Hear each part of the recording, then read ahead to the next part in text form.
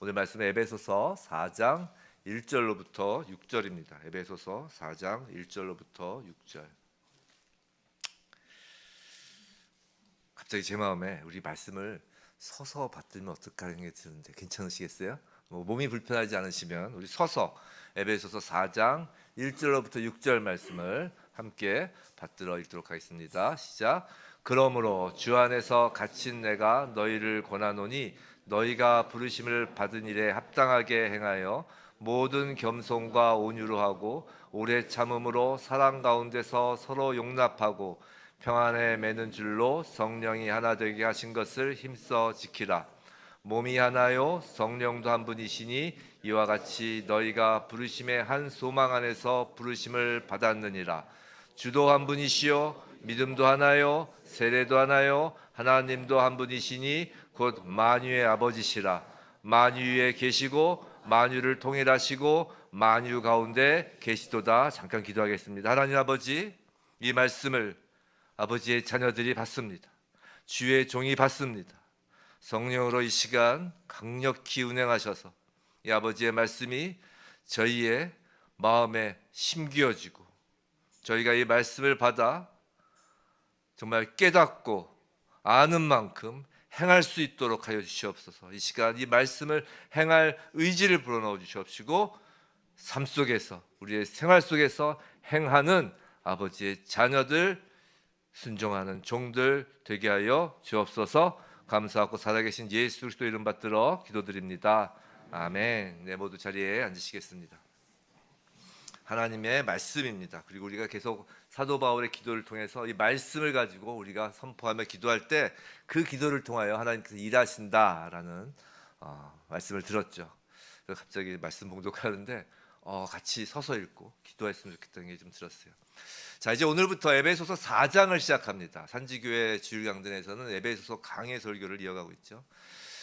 에베소서 4장을 시작하는데 에베소서는 전체가 6장까지예요.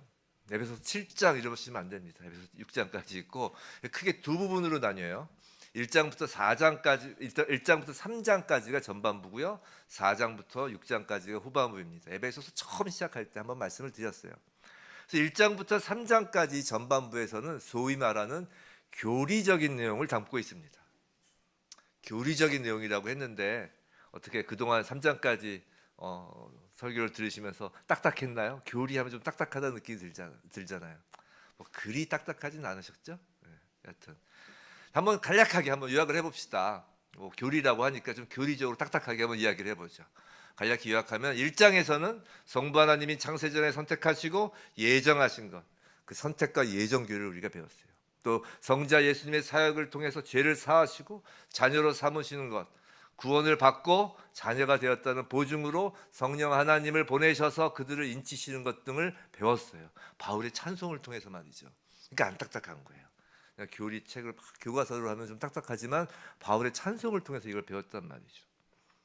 또 2장에서는 원래 허물과 죄로 죽을 존재였지만 진노의 자녀였지만 하나님께서 은혜로 구원하신 새로운 존재라는 것. 누가요? 저와 여러분이, 교회가. 그리고 그것은 은혜였습니다. 선물이었어요. 근데 그 은혜와 선물은 유대인이나 이방인의 구별 없이 모든 열방에 적용되는 것이고 그렇게 교회는 서로 연결이 되어져 지어져 가는 것이다라는 것을 배웠어요.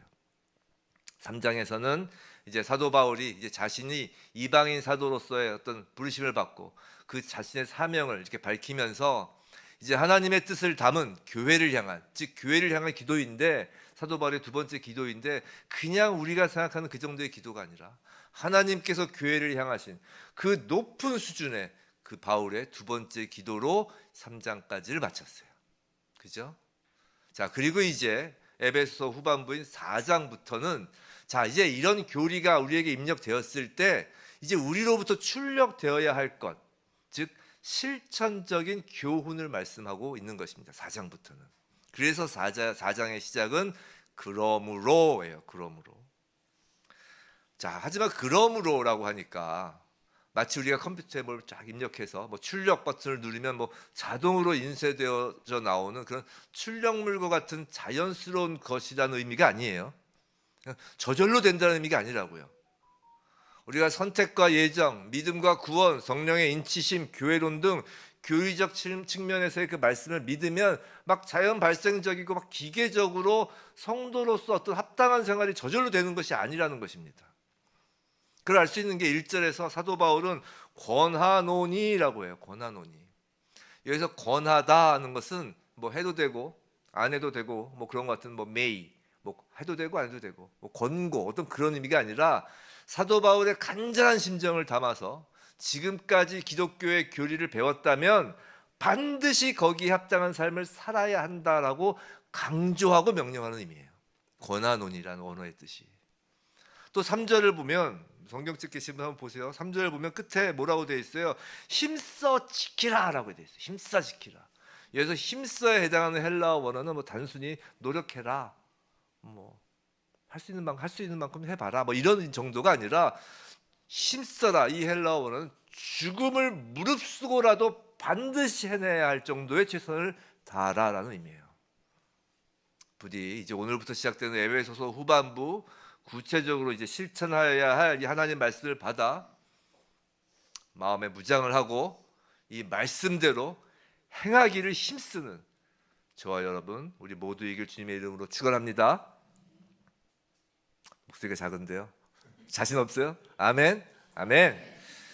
자, 성도의 생활과 관련된 교훈 중에서도 이제 1절은 성도 행실의 대원칙을 제시하는 말씀이에요. 대원칙. 1절 다시 한번 띄워줘 보시고요. 그래서 우리 1절 다시 한번 읽어봅시다. 시작. 그러므로 주 안에서 갇힌 내가 너희를 권하노니 너희가 부르심을 받은 일에 합당하게 행하여. 제가 가능하면 오늘 좀 웃으면서 설교를 하려고 해요. 왜냐하면 내용이 심각하니까. 내용도 심각한데 막 얼굴 찌푸리면 슬프잖아요. 자, 1절 봤죠? 자, 성도 행실의 대원칙이 한마디로 뭐라고요? 부르심을 받은 일에 합당하게 행하는 것이라는 것이에요. 자, 대원칙이니까 중요하죠. 중요하니까 이제 단어 하나하나의 뜻을 좀 알 필요가 있습니다. 먼저는 합당이라는 단어예요. 헬라어로 악시오스예요. 이 단어에는 두 가지의 근본적인 개념이 있어요. 첫째는 균형입니다. 균형. 그래서 저울을 뜻해요. 저울. 그래서 이 단어는 저울을 이제 지칭하는 것으로서 이제 같은 무게의 두 물건을 놓아야 이제 균형을 유지하잖아요. 이 뜻이에요. 악시오스. 그럼 무엇의 균형일까? 방금 말씀드린 것처럼 성도의 실생활에 있어서 교리와 실천에 똑같은 비중을 두라는 것이에요. 아는 것과 행하는 것에 똑같은 비중을 두라는 것이에요. 똑같은 비중을 두라고 하니까 아는 것도 안 하고 행하는 것도 안 하고 그러면 안 돼요. 그렇게 저울을 치워버리시면 안 돼요. 우리 한편 우리 생각해 보세요. 우리가 아무리 많은 성경 지식을 가지고 있다고 해도 생활에서 실패한다면 하나님과 그리스도께 누를 끼치는 거예요. 제가 이제 한국 교회가 특히 말씀을 중요시 여기잖아요. 말씀을 중요시 여기는 건 중요해요. 그리고 말씀을 중요시 여기는 만큼 그 말씀에 따른 행위도 그 무게를 가져야 된다는 것이죠. 자, 반대로 그리스도인의 생활을 어떤 그냥 도덕적으로 착한 생활, 뭐 그 이상의 것은 아니다라고 생각하거나 그냥 도덕적인 착한 생활, 또 교리는 중요하지 않다라고 생각한다면 그건 역시 하나님 나라의 방해물이 되는 것이에요. 그 대표적인 게 인본주의, 자유주의, 다원주의가 그런 것이에요. 진리는 없다. 상대주의 그런 것이죠. 자, 합당의 두 번째 개념은 처음에 이제 저울이라고 그랬어요. 교리에 따라 행함이, 아는 것에 따라 행함이 나타나야 되는 것이에요. 합당의 두 번째 개념은 어울림입니다. 어울림. 이건 어울리게 맞춘다라는 뜻이죠. 마치 옷을 입는 것으로 치면 위아래의 옷을 같은 색으로 이렇게 어울리게 맞춰 입는다는 뜻이에요. 근데 어울리게 옷을 맞춰 입는 것이 쉬운가요? 저를 곤혹스럽게 하는 일이 하나 있는데 그건 제 딸이 이제 회사에 출근을 하면서 꼭 그 전날 내일 입고 갈 옷을 아래 위로 갖춰 입고서 잘 어울리는지를 제게 물어보는 거예요. 이거 매우 곤혹스러워요. 제게 어렵더라고요. 이게 어울리는 건지 아닌지 잘 모르겠고 나름 옷을 갈아입고 와도 내가 뭐가 바뀌었는지 모르겠어요. 사실 왜냐하면 이건 제 잘못이죠. 저희 잘못이라기보다 저희 세대는 어렸을 때 옷을 어울리게 입는 훈련을 받아볼 기회가 적었어요. 그죠? 다 똑같은 검은 교복을 입었던 시절이잖아요. 다 똑같은. 처음에 저희가 고3 때인가 이제 교복이 자율화된 것 같은데 그때 정말 멘붕이었어요, 막 사람들이. 그래서 저는 지금도 양복이 제일 쉽습니다. 저는 교복이라고 칭해요. 저는 이것을. 이게 제일 편해요. 성별, 연령, 장소에 따라 어울리는 옷이 다 있죠. 합당은 이처럼 첫 번째 균형, 두 번째는 조화를 이루는 것이에요. 자, 이제 그리고 중요한 단어가 그 부르심이에요. 부르심에 받은 일이 합당이라고 했으니까 부르심입니다. 자, 부르심을 받은으로 번역된 헬라어는 에클레데데예요. 에클레데테. 이거는 에클레시아의 수동형이에요. 에클레시아가 뭐예요? 교회잖아요. 우리 뭐 그래도 좀 교회를 다니신 분들은 그 정도는 헬라어, 제가 헬라어를 다 알라고는 안 했는데 이 정도는 알아야 돼. 에클레시아가 교회다. 교회는 에클레시아다. 에크 뭐예요? 밖으로 불러내다라는 것이에요. 밖으로, 어둠에서 빛으로, 죽음에서 생명으로, 죽은 자 가운데서 산 자를 이렇게 밖으로 불러내다라는 것이죠. 자, 무슨 말이냐면 이 부르심이 에클레시아예요. 즉 사람들은 이렇게 개인적으로 부름을 받아서 다 고립된 상태로 두는 것이 아니라 예수 그리스도의 구속 사역으로 말미암아 형성된 교회 공동체의 일원으로 부름받는다는 것이에요. 우리가 부르심 하면은 여러분 부르셨죠? 하나님께서 바로 가면 좋겠죠, 위로? 안 그러시잖아요. 근데 부르셔서 이 땅에서 각자 이렇게 내버려 두시는 것이 아니라 부르셔서 교회 공동체의 일원으로 부름받는다는 것이에요. 그래서 오늘 그 4장 1절에서 부르심을 받은 일에 합당하게라고 되어 있는데 원어는 부르심을 받은 부름에 합당하게라고 되어 있어요. 부르셔서 그 부름, 에클레시아에 합당하게라는 것이에요. 교회로 부름받아 교인으로서 합당하게 행하라는 것이에요. 우리 남자들은 부르심이라는 단어가 나오면 가장 먼저 뭐가 떠올라요? 국가의 부르심이 떠오르죠. 국가의 부르심. 즉 군에 입대하는 것이 떠오릅니다. 얼마 전에 우리 성도님들 자제분이 이제 제대를 했죠. 참 감사한 일입니다. 자, 그럼 군의 부름을 받아서 군에 들어가서도 이제까지 내가 살아온 생활 방식과 습관을 고집할 수 없잖아요. 남자에서 군대 한번 갔다 와야 된다는 거 아니에요. 정신 한번 차리게. 근데 그럴 수 없어요. 자기 생활 방식과 습관대로 할 수가 없다고요. 비록 나의 평소 생활 방식과 군대가 요구하는 방식이 맞지 않더라도 그 군대 방식을 맞추려고 해야죠. 군대를 바꿀 수는 없어요. 그렇죠? 나의 생활 방식을 바꾸고 군대에 맞추어 나가려고 노력하는 것이죠. 아무리 잠이 많은 사람도 기상나팔 소리에 일어나야 돼요. 노력해야 되는 것이에요, 그거는. 자, 군인에게는 합당한 생활이 있는 것입니다. 합당한 생활 뭐가 있어요? 군에서 입력과 출력에 군에서 요구하는 입력이 있으면 그에 따른 균형 잡힌 출력이 있어야 돼요. 우리가 군대에서 훈련 받아도 교본이 있는 것이에요. 군대에서 혼자 체력 단련하는 것이 아닙니다. 그렇잖아요. 군대에서의 훈련은 개인의 체력 단련을 위한 것이 아니에요. 군대라는 목적에 맞도록 훈련하는 것이에요. 군인에 어울리는 말과 행동을 해야 되죠. 하물며 군대의 부름에도 이처럼 애쓰고 노력하는데 하나님의 부름으로 교회의 일원이 되었다는 것은 그 어떤 부름과도 비교할 수 없을 만큼 영광스러운 일이라고요. 교회의 일원으로서 합당하기 위해 어떻게 하라고요? 죽을 힘을 다해 애써야 한다는 것이에요. 자, 그 다음에 살펴볼 단어가 합당하게 행하여에서 행한다라는 말이에요. 행한다, 걸어다닌다는 것이에요. 즉 활동과 움직임과 어떤 진행을 묘사하는 것이에요. 걷는 것이 앞으로. 이건 무슨 말이냐면 우리가 과거에 구원받은 어떤 상태나 혹은 현재 지금 이 상태에만 그대로 머물러서는 안 된다는 것이에요. 아, 난 구원받았다. 나의 죄는 모두 용서받았다. 그러니까 만사 순조롭다라고 말해서는 안 된다는 것이에요. 우리는 과거에 내가 회심했던 그 장면에 대해서 이야기하면서 여생을 허비해서는 안 된다는 것이에요. 언제나 과거를 회상하며 보내거나 과거의 상태 그대로 머물러 있으면서 세월을 낭비해서는 안 돼요. 성도 여러분, 그리스도인의 생활은 끊임없이 전진하는 진행형의 생활이에요. 과거 그리스도인으로서 내가 예수를 믿고 나서도 언젠가 과거 그리스도인으로서 합당하지 못한 생활을 한 적이 있나요? 아니면 지금 그런 생활을 하고 계신 분 계시나요? 그 과거에 빠져 허우적거리지 말라는 것이에요. 그 지금의 그 현재 죄 상태에 허우적 빠져 거리지 말라는 것이에요. 혹은 과거에 내가 예수 믿고 뭔가 대견한 일을 한 적이 있나요? 막 엄청난 은사를 받고 막 신비를 경험하고 막 대견하기도 하고 대단한 일을 한 경험이 있나요? 그 자랑에, 그 과거에 빠져 있지도 말라는 것이에요. 날마다 새롭게 합당하게 행하라는 것입니다.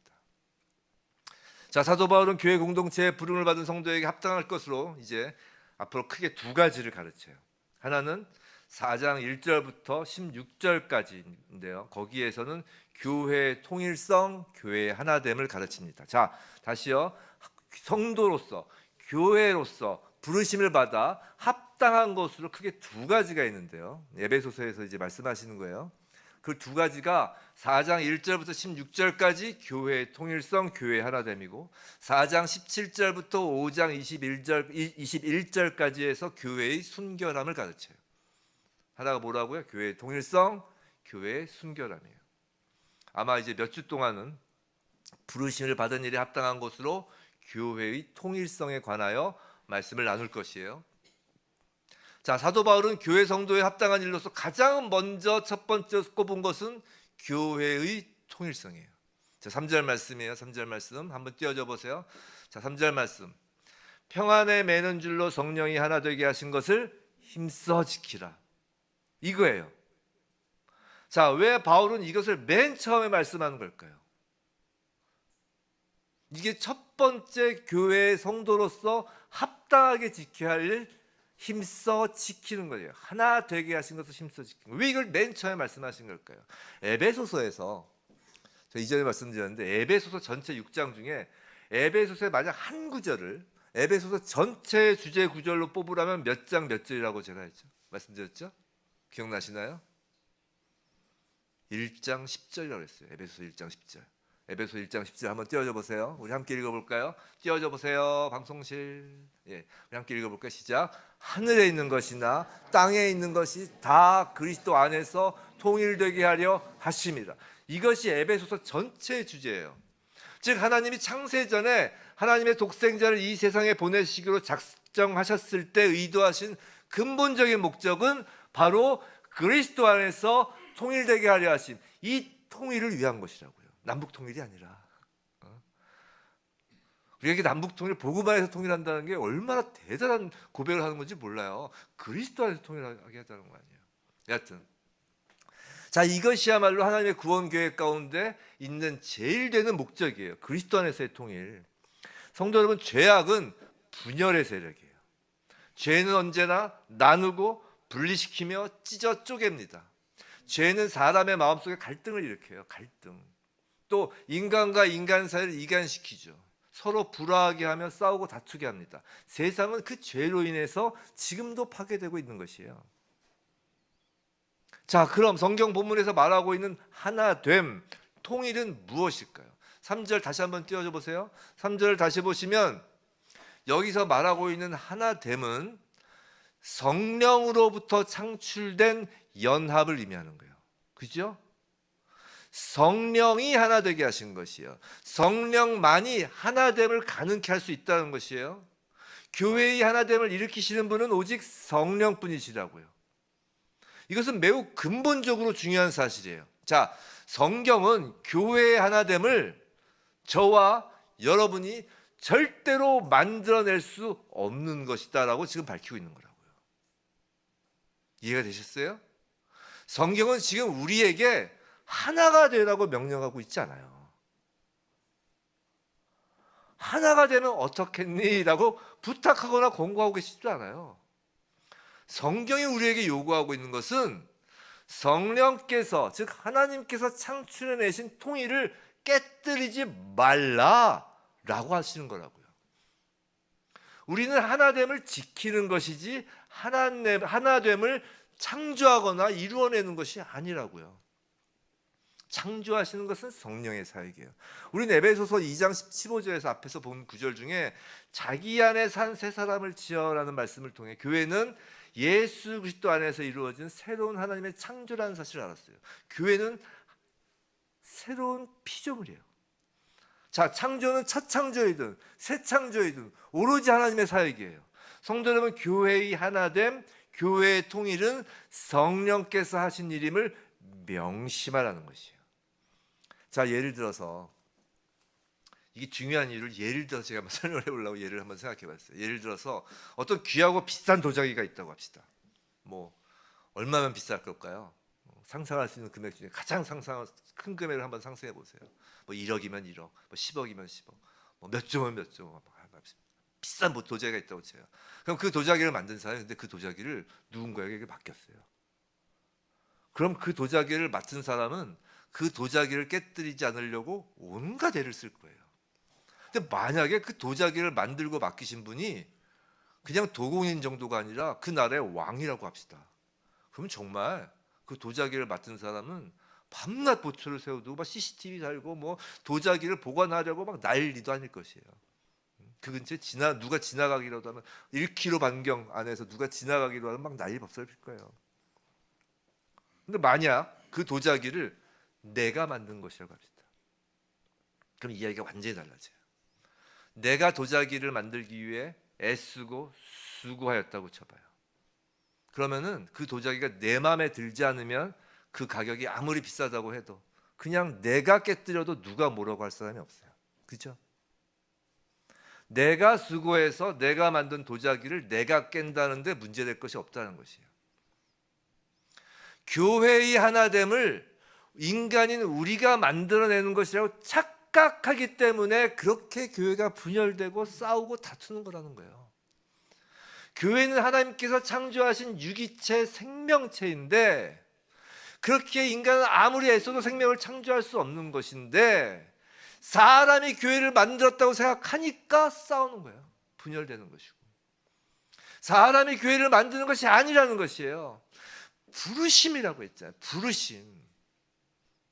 사람은 하나님의 부르심의 수동적인 대상일 뿐이라고요. 그렇게 교회의 공동체의 일원이 된 것이에요. 그런데 그 교회에서 나의 공로를 주장하고 나의 지분을 주장하며 내가 얼마나 열심히 헌신하였는지 내가 얼마나 교회를 사랑하였는지 등 나가 교회의 주어가 되면 이제 교회는 금이 가고 분열되기 시작한다는 것이에요. 내가 깨트리는데 누가 뭐라고 그럴 거야. 가장 위험한 존재가 목사죠. 목사. 그렇잖아요. 성도 여러분, 교회는 도자기와는 비교할 수 없을 정도로 귀한 것입니다. 1조 원의 도자기가 귀할까요? 교회가 귀할까요? 사도행전 20장 28절에서는 교회를 두고 하나님이 자기 피로 사신 것이라고 했어요. 에베소서 1장 23절에서는 교회는 주님의 몸이니 만물 안에서 만물을 충만하게 하신 이 충만함이라고 했어요. 무슨 말이냐? 전 우주를 통틀어 가장 귀한 것이 교회 공동체라는 거예요. 그것을 사람인 내가 또 사람인 너가 만들었다고 생각하니까 자기 마음에 들지 않으면 자기 생각과 다르면 그 안에서 서로 싸우고 분열하며 교회의 하나됨을 깨뜨리는 것이에요. 교회의 하나됨은 하나님께서 하신 거라고요. 전 우주보다 귀한 생명체라는 것이에요. 그 귀한 교회의 하나됨을 지키는 것이 교회로 부름받은 성도에게 합당한 첫 번째 일이라는 것이에요. 그럼 사람이 한 것이 아니라 성령이 하나 되게 하신 것임을 어떻게 할 수 있을까요? 우리가 하나라는 것을 어떻게 할 수 있을까요? 뭐 이렇게 지역교회 한 교회에서의 하나뿐만이 아니라 열방의 교회가 모두 하나의 교회라는 것을 어떻게 할 수 있을까요? 또 그것을 하나 되게 하신 것이 성령이 하시는 것을 어떻게 할 수 있을까요? 즉 교회 공동체가 사람의 생각, 사람의 감정, 사람의 의지 등으로 모인 인간적인 조직이 아니라 오로지 성령께서 하신 일로서 영적으로 우리가 연합되어 있다는 것을 어떻게 할 수 있냐는 것이에요. 그것에 대한 말씀이 오늘 보면 4절부터 6절까지예요. 4절부터 6절까지 우리 한번 함께 읽어보겠습니다. 시작. 몸이 하나요 성령도 한 분이시니 이와 같이 너희가 부르심의 한 소망 안에서 부르심을 받았느니라. 주도 한 분이시요 믿음도 하나요 세례도 하나요 하나님도 한 분이시니 곧 만유의 아버지시라. 만유에 계시고 만유를 통일하시고 만유 가운데 계시도다. 자, 이것이 교회의 하나됨의 근거예요. 잠깐 띄워줘 보세요. 교회의 하나됨의 근거. 자, 4절에서 뭐라고요? 성령도 한 분이라고 그래요. 자, 5절에서 뭐라고요? 주도 한 분이에요. 여기서 주는 예수 그리스도세요. 성자 하나님. 자, 6절에선 하나님도 한 분이라고 그래요. 또 아버지라고 하죠. 자, 이것이 교회의 하나됨의 근거라는 것이에요. 자, 삼위 하나님이잖아요. 성부, 성자, 성령, 이 삼위 하나님을 통해서 우리가 하나 되었다는 것을 지금 확인할 수 있다는 것이에요. 그리고 교회의 하나됨은 그저 사람과 사람 사이의 하나됨을 의미하는 것뿐만이 아니라 이 삼위 하나님의 하나됨과 같이 이 땅에 이루어지는 그 삼위 하나님의 하나님이 드러나는 것이라는 것이에요. 놀랍죠? 우리 사람들과의 사이의 하나됨이 그냥 사람 사이의 하나됨 정도가 아니라 삼위 하나님의 하나됨이 드러나는 존재라는 것이에요. 그리고 그러므로 삼위 하나님의 우리가 포함되는 것이다라는 것을 지금 이야기하는 것이에요. 자, 하나씩 보죠. 중요한 거예요. 4절부터 6절까지가. 자, 먼저 몸이 하나라는 사실을 먼저 언급해요. 독특하죠. 우리 생각 같으면 뭐 성령도 한 분이시여 해가지고 몸이 하나요라고 하면 좋겠는데 그냥 몸의 하나, 몸이 하나부터예요. 근데 여기서 바울이 그리스도의 몸이라고 하지 않아요. 교회라고도 하지 않아요. 그냥 몸 하는 거예요. 정말 몸, 일반적인 몸의 특성을 지금 말하고자 하는 것이라고요. 자, 무슨 말이냐면 교회의 하나됨, 교회의 통일은 세상에서 말하는 연합, 합동과는 전적으로 다른 것이라는 것이에요. 세상에서의 연합이나 합동은 어떤 주어진 목적을 위하여 이질적인 사람들이 함께 모이는 것으로 그 목적이 중요하죠. 또 조직이 중요하죠. 그렇지만 교회의 하나됨은 몸이라는 것이에요. 살아있고 생명력 있는 생명체, 유기체라는 것이죠. 마치 그런 것 같습니다. 꽃, 나무, 뭐 강아지, 그 하나하나의 개체에서 볼 수 있는 통일성이잖아요.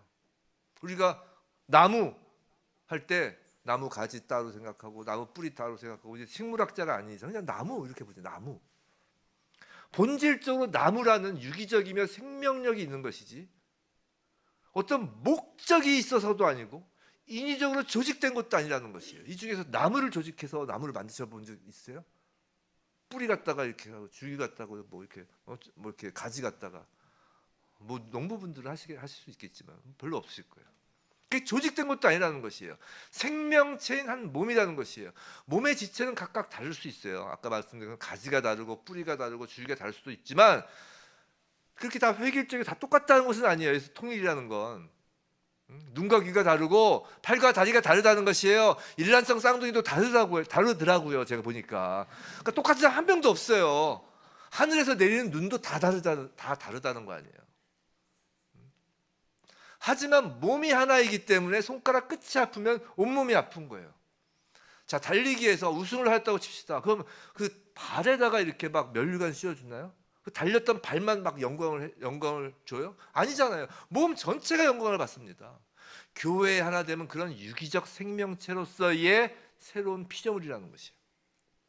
그런데 몸이 하나인 것처럼 교회가 하나라는 것을 알 수 있는 근거가 있는데 그 다음부터 이제 4절 이후 성령도 한 분이시니 부르심의 한 소망 안에서 부르심을 받았다라는 것이에요. 자, 소망이에요. 모든 성도의 과거의 경험은 다 달라도 상관없어요. 어떻게 해서 예수를 믿게 되었는지도 달라도 다 상관없어요. 예수를 믿고 어떤 경험을 내가 하였는지도 다 달라도 상관없다는 것이에요. 나의 과거는 다 상관없어요. 정말 우리가 하나됨인지를 알 수 있는 것은 한 소망으로 부르심을 받았다는 거예요. 자, 소망이 하나라는 것이에요. 자, 여기서 그냥 소망이라고 하지 않고 부르심의 소망이라고 하는 것을 유의하시기 바랍니다. 무슨 말이냐면 한 소망은 성도들의 소망이 아니에요. 기본적으로 부르신 주체인 하나님의 소망이라는 것이에요. 부르심의 소망이라는 것. 하나님의 소망이 있어 하나님의 소망으로 성도를 부르시기 때문에 그 하나님의 소망이기 때문에 모든 성도의 소망은 같다는 것이에요. 이해가 되셨죠? 자, 그러면 한 소망이 무엇일까요? 디모데전서 1장 1절 우리 구주 하나님과 우리의 소망이신 그리스도 예수의 명령을 따라. 우리의 소망이신 그리스도 예수의 명령. 한 소망은 뭐예요? 그리스도 예수예요. 제가 이전에 한번 말씀드렸잖아요. 그 사랑하면서 하나님께서 하시는 건 예수만 사랑하고 예수만 사랑하고 하나님의 소망은 예수 그리스도밖에 없어요. 그 한 소망이 우리의 소망이잖아요. 성령의 가장 큰 역할이 뭐예요? 예수 그리스도를 우리에게 알려주시는 일이잖아요. 그래서 지금 한 성령이라는 거예요. 성령도 한 분. 여기서 성령이 나오는 건 성령이 뭐 하세요? 막 성령이 막 하늘에서 막 불을 내려주세요. 성령의 가장 큰 역할은 예수 그리스도를 알려주시는 것이에요. 그래서 성령이 아니고서는 그리스도 예수를 알지도 못해요. 알지도 못하니까 소망할 수도 없는 것이에요. 성도 여러분, 여러분은 예수 그리스도를 알고 싶으신가요? 아멘? 예수 그리스도를 닮고 싶으신가요? 다시 예수 그리스도를 알고 싶으신가요? 아멘. 예수 그리스도를 닮고 싶으신가요? 예수 그리스도 안에 거하고 싶으신가요? 예수의 나라에 정말 들어가고 싶으신가요? 예수가 공통적으로 여러분의 자랑이고 소망인가요? 아멘? 그렇다면 여러분은 성령으로 하나 된 교회라는 것이에요. 이해가 되셨죠? 이렇게 점검해 나가는 거예요. 이게 하나됨의 근거예요. 자, 5절 주도 한 분이십니다. 주, 이건 말 그대로 주인이라는 것이에요. 예수 그리스도가 우리 모두의 한 분뿐인 주인이라는 것이에요. 혹시 이 가운데 기도하시면서 저희 어머니가 옛날에 그랬어요. 예수 믿기 전에는 이제 정한술 떠놓으시고 밤마다 정말 모든 통합 종교의 그 한 몸에 모이셨어요. 다 나무 아비탑을 하다 저희 작은 누님 교회를 다니셨거든. 갑자기 아멘 아멘 할렐루야 또 그다음에 또 알 수 없는 말을 하시고 막 그랬다고요. 혹시 여러분이 기도하시면 주여 할 때 석가모니 알라 마호베트 온갖 주가 떠오른다면 하나일 수가 없는 거예요. 그래서 요새 우리가 경계하는 그 종교 통합은 말은 통합인데 비슷한데 그건 지극히 인본주의적인 것이고 세상적인 조직에 불과하고 예수를 그 잡신들 사이에 줄 세우는 것밖에 되지 않는다는 것이에요. 교회의 하나됨과 세상에서 말하는 종교 통합은 완전히 반대되는 것이에요. 주는 한 분이세요. 오직 우리의 주인은 예수 그리스도신 거예요. 5절에서 계속해서 믿음도 하나라고 하죠. 믿음. 자, 이 믿음 간단해요. 이 믿음은 오직 그리스도에 대한 하나의 믿음이라고요. 그리스도가 하나님의 아들이시고 성령으로 잉태하사 동정녀 마리아에게 나시고 십자가에서 죽으시고 사흘 만에 부활하신 그 사실을 믿는 거잖아요. 이 예수에 대한 믿음이 다르다면 그건 하나됨이 될 수 없는 것이에요.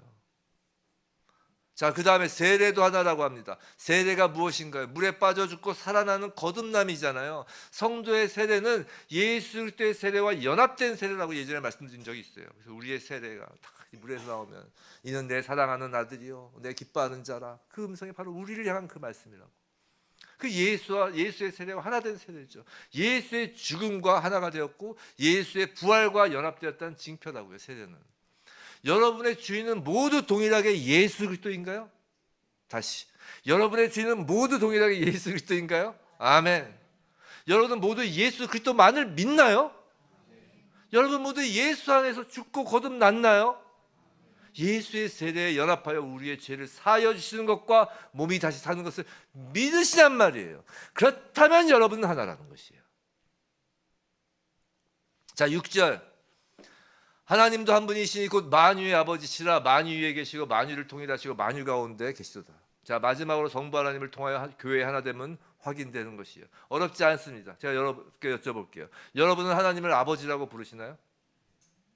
갑자기 하나님을 아버지라고 안 부르세요? 아저씨라고 부르세요? 하나님은 옆집 아버지인가요? 각자의 아버지 맞아요? 하나님 아버지라고 부르시죠. 여러분 하나님께서 천지를 창조하셨음을 믿으시나요? 누가 뭐라고 해도 뭔가 지나도는 뭔가 이론가 뭐 해도 뭐 그걸 과학적으로 입증이 되니 안 돼 뭐 아무런 그 다 떠나서 성경 창세기 1장 1절 태초에 하나님께서 천지를 창조하시니라 이 말씀을 믿고 시작하셨냐고요. 아멘. 그럼 여러분은 하나됨인 교회라는 것이에요. 이제 교회가 하나 되었다는 것을 우리는 확인한 것이에요. 그 안에는 다른 게 없어요. 그 안에는 주의가 없어요. 이데올로기 지금 어디 이데올로기가 있어요? 없어요. 여기에 이데올로기를 끼는 건 다 가짜예요. 가짜는 게 뭐냐면 깨려는 것이에요. 아까 그랬잖아요. 죄는 깨려는 것이라고. 교회의 하나됨은 이 4절, 5절, 6절 성령, 주 예수, 성령 하나님, 성자 하나님, 성부 하나님 이 삼위 하나님 이거라고요. 참 쉽죠. 쉬워요? 뭐가 쉬워요? 방금 확인한 하나됨에 우리 자신이 힘써서 이뤄낸 것이 조금이라도 있나요? 생각해 보세요. 없잖아요. 그러니까 쉬운 것 같잖아요. 우리가 한 게 아무것도 없으니까 쉬운 것 같은 거예요. 그래서 은혜인 거예요. 모두가 성령의 일하심으로 우리 안에서 일어나는 신앙 고백이잖아요. 이것이 우리가 예배할 때 시작할 때 사도신경으로 하나의 신앙 고백을 하잖아요. 그 사도신경 안에 성부, 성자, 성령의 일하심에 대한 고백이 담겨 있잖아요. 우리가 같은 사도신경으로 신앙을 고백할 수 있다는 것은 성령께서 우리를 하나 되게 하셨다는 증거라고요. 근데 그 하나됨을 힘써 지키는 것이 부르심에 합당한 우리의 일이라고 하시는 거예요. 이제 하나 됐다는 것을 인정하시죠. 난 아직도 하나 된 것 같지 않아. 난 교회 일원이 아닌 것 같아. 그건 이제 아직 믿음이 없는 거죠. 자, 그럼 성령께서 하나 되게 하신 것을 힘써 지킬 수 있는 수단이 무엇일까? 이제 3절 다시 보세요. 3절 보시면 평안에 매는 줄로예요. 평안이 매는 줄로. 평안에 매는 줄을 가지고 하나됨을 지켜나갈 수 있다는 것. 이제 우리 몫이에요. 이제 평안에 매는 줄. 자, 여기서 매는 줄로 번역된 헬라어는 쉰네스모라고 이제 쇠사슬과 같이 끊어지지 않는 것을 결박하는 것을 의미해요. 쇠사슬로 노예들 막 결박하는 거 있잖아요. 옛날에 그 뿔인가 그 영화 보면 막 배에다 노예 실을 때 막 쇠사슬로 하잖아요. 그런 결박하는 것을 하는 거예요. 우리 다 그런 쇠사슬들이 묶여 있는 거예요. 자, 이 단어는 골로새서에서는 교회의 몸에 비유하면서 힘줄이라는 뜻으로 사용되기도 했어요. 골로새서에서. 즉, 이 매는 줄이라는 것은 성도와 성도 사이를 결코 벗어날 수 없는 운명 공동체로 하나의 몸처럼 이어주는 힘줄과 같은 역할을 한다는 것이에요. 근데 그 매는 줄이 뭐라고요? 평안이라는 거예요. 평안. 여기서 평안은 이제 헬라어로는 에이레네고, 에이레네보다 우리가 잘 아는 게 히브리어로 샬롬, 이 평안이에요. 자, 모든 면에서의 화평, 평안을 의미하죠. 자, 성령이 하나 되게 하신 것을 우리가 힘써 지키기 위해서는 지키는 그 수단이 있는데 그것은 쇠사슬처럼 단단한 줄로 매는 것이고 그 쇠사슬의 재료는 평안이라는 거예요. 죄는 분열과 파괴를 가져온다고 했죠. 자, 어느 날 한 몸이라고 하는 성도가 서로를 딱 바라보는데 전혀 평안하지가 않아. 마음이 불편해. 왜 저러지 갑자기? 갑자기 헤어스타일도 마음에 안 들고 눈도 마음에 안 들고 평안하지 않아. 근데 불편해. 죄가 성령의 일을 회방하는 거예요. 그럼 성도인 우리는 어떻게 해야 될까요? 평안, 그냥 아무것도 안 하고 평안. 찬양만 하면 평안인가요? 물론 찬양 중요하죠. 근데 이게 제가 자주 말씀드려 기독교는 기본적으로 이 돌을 닦는 게 아니에요. 수련하는 게 아니라고. 이렇게 가부좌세 들고 평안하면 평안하지 게 아니라는 것이에요. 평안에 매는 줄을 붙잡고 놓치지 말아야 한다는 것이에요. 근데 그게 어떻게 해요? 그것이 2절이에요. 2절 우리 한번 띄워줘 보세요. 그것이 2절이에요. 함께 읽어볼까요? 시작. 모든 겸손과 온유로 하고 오래 참음으로 사랑 가운데서 서로 용납하고. 자, 지금까지 제가 말씀드린 어떤 순서가 이제 좀 왜 뒤부터 이렇게 보아왔는지를 알 거예요. 이런 거예요. 하나됨은 성부와 성자와 성령의 삼위 하나님을 나타내는 것으로 하나님께서 이루어진 하나됨인데, 자, 이제 그 하나됨 안으로 우리가 부르심을 받았다면 우리는 반드시 그 부르심에 합당한 일을 해야 돼요. 그 합당한 일의 첫 번째는 바로 그 하나됨, 하나님께서 만드신 하나됨을 지켜내는 것이에요. 목숨 걸고 지켜내라는 것이에요. 그냥 힘쓰는 게 아니라 목숨 걸고 힘쓰는 것이에요. 자, 그 지키기 위해서는 매는 줄로 지켜야 되는데 그 매는 줄은 평안인데, 자, 이 평안은 다시 띄워줘 보세요. 뒤부터 봐야 된다고 했어요. 다시 띄워줘 보세요. 방금 2절. 자, 평안은 뒤부터 봐야 돼요. 사랑 가운데서 서로 용납함으로 평안이 지켜지는 거예요. 자, 그리고 이 사랑은 전에 사랑 제가 설명할 때 설교할 때 사랑을 뭐로 바꾸면 된다고 그랬어요? 예수로 바꾸면 된다고 그랬어요. 그러니까 예수 가운데서 서로 용납하는 것인데, 자, 서로 용납하기 위해서는 다시 이제 앞으로 가는 것이에요. 모든 겸손과 온유와 오래 참음을 행하여야 서로 용납할 수 있다는 거예요. 이게 오늘 전체 구조인 거예요. 이해가 되셨죠? 자, 겸손부터 보겠습니다. 자, 겸손은 그리스도인의 모든 덕 가운데서 가장 으뜸가는 것 중에 하나예요. 이제 내려주세요. 자, 겸손 하나님 자녀의 징표죠. 그것은 세상 사람에게서 볼 수 있는 어떤 막 자기 과시적이고 막 야심 있고 막 대담하고 막 그런 생활 철학, 그런 것과는 반대예요. 만약 교회 안에서도 세상과 똑같이 겸손이 부족하다면 이건 매우 큰 비극이에요. 기독교 초기에 그 황금의 입이라고 불려진 크리스토퍼이라는 분이 계신데, 이분이 뭐라고 얘기했냐면 권세를 사랑하는 것만큼 교회를 분열시키는 것은 아무것도 없다라고 했다고요. 예수님의 제자들이, 생각해 보세요. 우리 성경에서 예를 들어보자고. 예수님의 제자들이 예수님이 십자가 지시기 직전에 마지막까지도 가서 분열과 다툼을 벌인 이유가 뭐예요? 서로 높은 자리에 차지하겠다고 싸운 거잖아요. 빌립보서 2장 6절 7절. 그는 근본 하나님의 본체시나 하나님과 동등됨을 취할 것으로 여기지 아니하시고, 뭐라고 7절 함께 읽어볼까요? 오히려 자기를 비워 종의 형체를 가지사 사람들과 같이 되셨고. 이게 겸손이에요. 예수 그리스도가 우리 모두의 한 분 되시는 주인이시기에, 주인이라면서요. 아까 하나 됐다면서요. 한 주인이니까. 그럼 우리도 이 말씀을 가지고 모두 예외 없이 겸손하여야 한다는 것이. 자, 온유에 대해서는 예전에 그 사랑에 대한 말씀드릴 때 다룬 적이 있어요. 온유는 약함으로 인한 온순함을 의미하는 것이 아니라고 그랬어요. 약한 것이 아니라고 그랬어요. 오히려 강함을 절제함으로써 나타나는 부드러움이라고 그랬어요.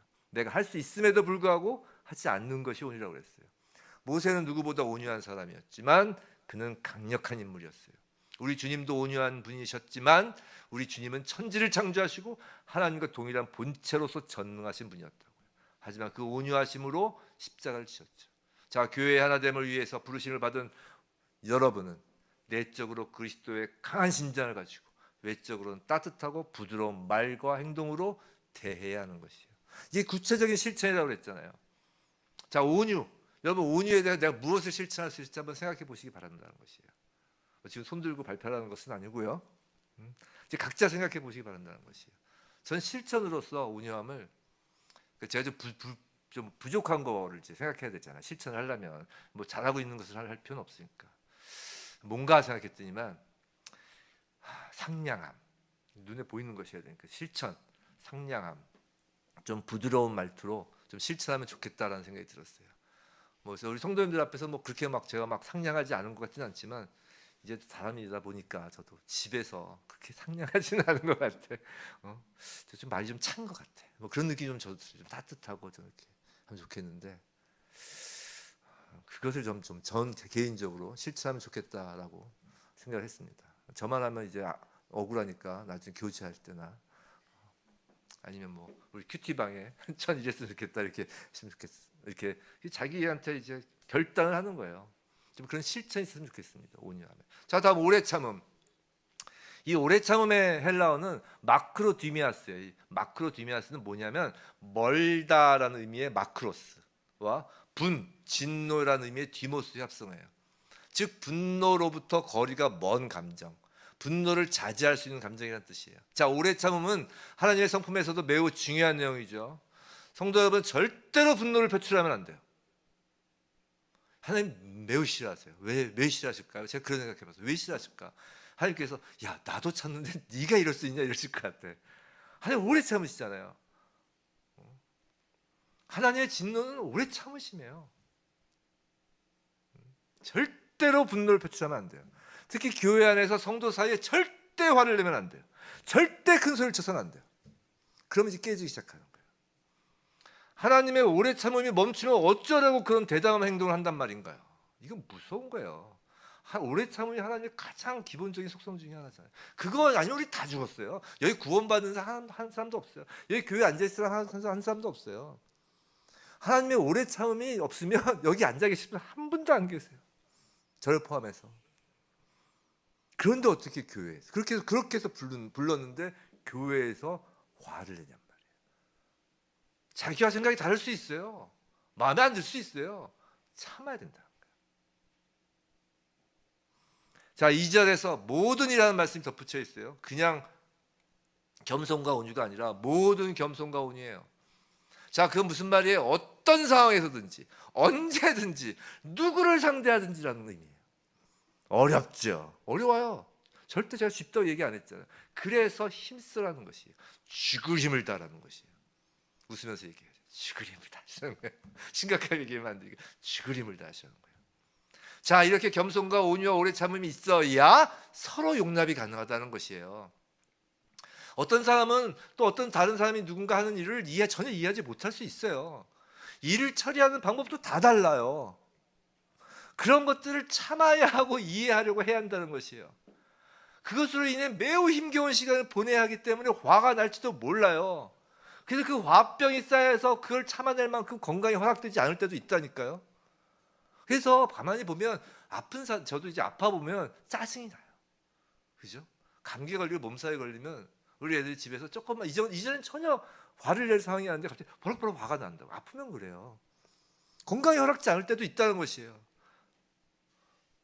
만약 여러분이 옳다고 확신한다면 여러분과 같은 견해를 가질 수 있게 상대방을 설득하도록 노력할 수도 있어야 돼요. 하지만 설득하도록 하려고 노력한다고 해서 그를 이기려고 해서도 안 된다고요. 용납이잖아요. 공격하지 말아야 한다는 것이에요. 쫓아버리지 말아야 한다는 것이에요. 그 사람으로 인해 안달복달해서는 안 된다는 것이에요.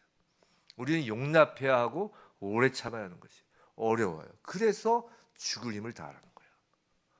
죽을 힘을 다하라는 거예요. 가끔 이런 생각이 들 수도 있을 것이에요. 교회 생활 하시다 보면, 신앙생활 하시다 보면 분명히 이런 경험이 있으시고 앞으로도 이런 경험이 있을 수 있어요. 야, 내가 이런 꼴을 보려고, 내가 이런 대접 받으려고 이런 교회 다니나.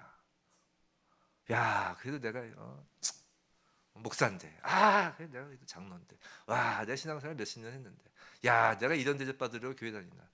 야, 이거 뭐야 이거 교회, 이거 세상 조직보다 훨씬 못하네. 차라리 동창회가 낫다. 뭐 그런 생각이 들 수 있어요. 그리고 이제 뭐라고 해요? 내가 뭐가 아쉬워서 교회를 다니냐? 뭐 교회가 여기밖에 없냐? 라는 생각이 들 때가 분명히 있어요. 근데 이런 생각이 든다는 것은 이게 뭔지 아세요? 우선 이제야 내가 부르심을 받았다는 거예요. 이해가 되겠어요? 이제야 내가 부르심을 받았다는 거예요. 그리고 이제부터 그 부르심을 받은 일에 합당하게 행할 때가 되었다는 사인이라고요. 여러분의 마음에 와, 죽겠네, 내가 이러려고 교회 다니나, 죽겠네 할 때 이제 합당하게 행할 때가 되었다는 사인이라고요. 성령이 하나 되게 하신 것을 지켜내는 일, 이것이 성도의 실천 행동 첫째입니다. 부디 오늘 말씀 그대로 부디 부르심을 받은 일이 합당하게 행하여 모든 겸손과 온유로 하고 오래 참음으로 사랑 가운데서 서로 용납하고 평안에 매는 줄로 성령이 하나 되게 하신 것을 힘써 지키는 하나님의 말씀, 이 말씀에 아멘으로 순종하며 하나님께서 우리에게 계획하신 그 주님의 몸된 교회를 이루어나가는 저와 여러분이길 주님의 이름으로 축원합니다.